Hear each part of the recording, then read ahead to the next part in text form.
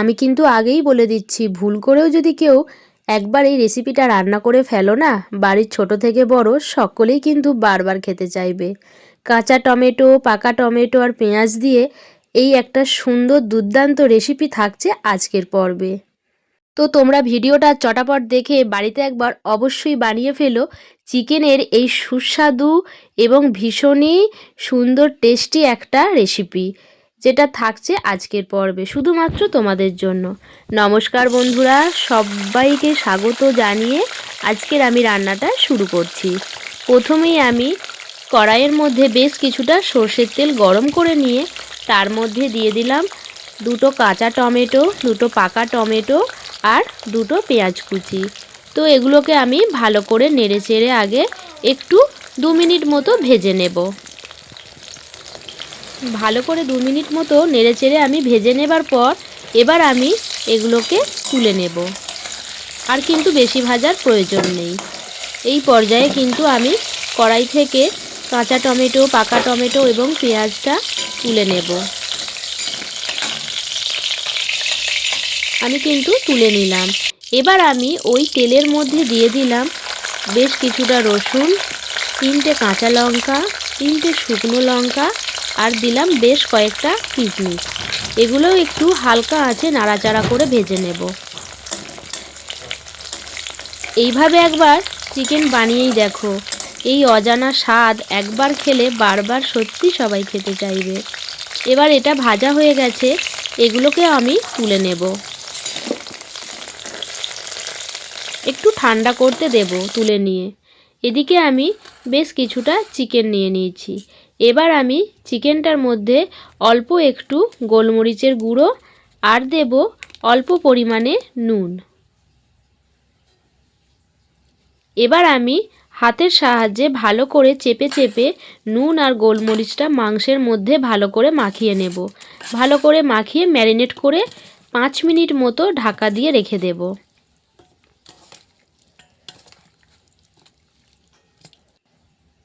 মাখানো হয়ে গেছে, আমি এবার 5 মিনিট মতো ঢাকা দিয়ে রেখে দিলাম।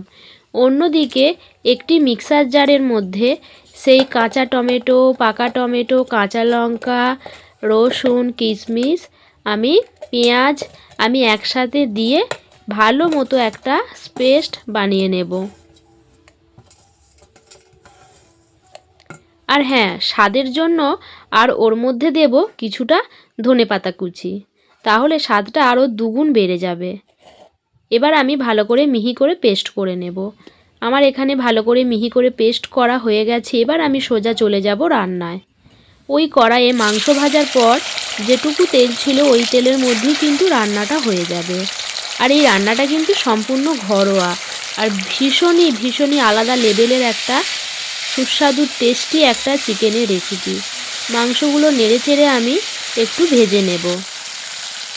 মাংসগুলো আমার ফ্রাই হয়ে গেছে। এবার মাংসগুলো কড়া থেকে তুলে নেব। ওই তেলের মধ্যে আমি দিয়ে দিলাম মেথি ফোড়নে। মেথিটা একটু গরম হয়ে এলে, ফোড়নটা হয়ে এলে ওর মধ্যে সেই মিক্সি করে রাখা মশলার পেস্টটা দিয়ে দেব। আরও একবার বলছি, এই পেস্টের মধ্যে আছে কাঁচা টমেটো, পাকা টমেটো, পেঁয়াজ, রসুন, শুকনো লঙ্কা, কাঁচা লঙ্কা এবং কিশমিশ, আর আছে ধনেপাতা। তো এই মশলাটা আমি এই কড়াইয়ে দিলাম, যতক্ষণ অনেকক্ষণ কষিয়ে নেব যতক্ষণ না এর কাঁচা গন্ধটা চলে যায়। কষাতে কষাতে যখন গ্রেভিটা টাইট হয়ে আসবে, তেল ছেড়ে আসবে, তখন আমি দিয়ে দেব পরিমাণ মতো হলুদ গুঁড়ো, জিরের গুঁড়ো আর দেব কাশ্মীরি লঙ্কার গুঁড়ো আর দিলাম স্বাদ মতো নুন। এখানে কেন মরিচের গুঁড়ো দিলাম না, কারণ কাঁচা লঙ্কা আর শুকনো লঙ্কা দিয়েছিলাম, ঝালটা বুঝে দিতে হবে। এবার আমি মশলাটাকে ভালো করে কষিয়ে ওর মধ্যে এবার সেই ভেজে রাখা মাংসগুলোকে দিয়ে দেব। এবার হচ্ছে মেন কাজ। এবার হচ্ছে আমাদেরকে ভালো করে কষাতে হবে। কষানোর উপরই নির্ভর করে তরকারিটার রং কেমন হবে এবং স্বাদ কেমন হবে।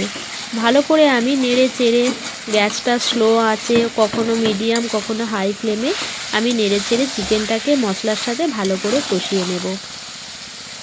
ততক্ষণে বন্ধুরা, তোমরা কে কোথা থেকে ভিডিওটা দেখছো প্লিজ আমাকে কমেন্ট করে জানিও। তোমাদের একটা কমেন্ট আমাকে অনেক অনেক সাহস যোগাবে, অনেক মনের বল আনবে। তো দেখো কষাতে কষাতে যখন কড়ার মধ্যে লেগে যাচ্ছে, তখন আমি এর মধ্যে অল্প পরিমাণ জল দিয়ে ঢাকা দিয়ে দিয়ে মশলাটা আর মাংসটা একটু ভালো করে চিকেনটা কষিয়ে নেব। আর যারা নতুন আছো বন্ধুরা, প্লিজ চ্যানেলটিকে সাবস্ক্রাইব করে পাশে থেকো, তাহলে তো আমার খুবই উপকার হয়। দেখেই বোঝা যাচ্ছে মাংসটা কিন্তু ভালোভাবে কষানো হয়ে গেছে। এবার আমি এতে পরিমাণ মতো জল দেব, যতটা গ্রেভি রাখবো, কারণ মাংসটাকে ততক্ষণ পর্যন্ত রান্না করতে হবে যতক্ষণ না মাংসটা সুসিদ্ধ হয়। তো আমি আর জল দেব না এর মধ্যে। এবার আমি মাংসটা ঢাকা দিয়ে সুসিদ্ধ হওয়া পর্যন্ত রান্না করে নেব। দেখো মাংস কিন্তু আমার প্রায় হয়ে গেছে। এর মধ্যে আবারও একটু ধনেপাতা কুচি দিয়ে একটু নেড়ে চেড়ে ভাপে আমি রেখে দেব। মাংস কিন্তু আমার সম্পূর্ণ রেডি। আর কালারটা দেখেই বুঝতে পারছো মাংসটা ঠিক কী লেভেলের হতে পারে। আমি ভয়েস ওভার দিতে গিয়ে আমারও জিভে জল চলে আসছে বন্ধুরা। এই দেখো মাংস কিন্তু আমার সম্পূর্ণ রেডি। তো তোমরা দেরি করো না প্লিজ, নতুন একটা ইউনিক রেসিপি তোমাদের জন্য।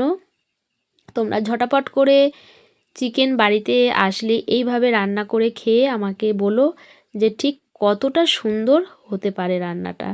সবাই ভালো থেকো, সুস্থ থেকো। আর গরম গরম ধোয়াটা ভাতের সাথে এই কষা চিকেন কারি রেসিপি খেতে কিন্তু সত্যি মারাত্মক লেভেলের লাগে। সবাইকে আবারও অনেক ভালোবাসা জানিয়ে আমি আমার ভিডিওটা এখানেই শেষ করলাম। ভালো থেকো।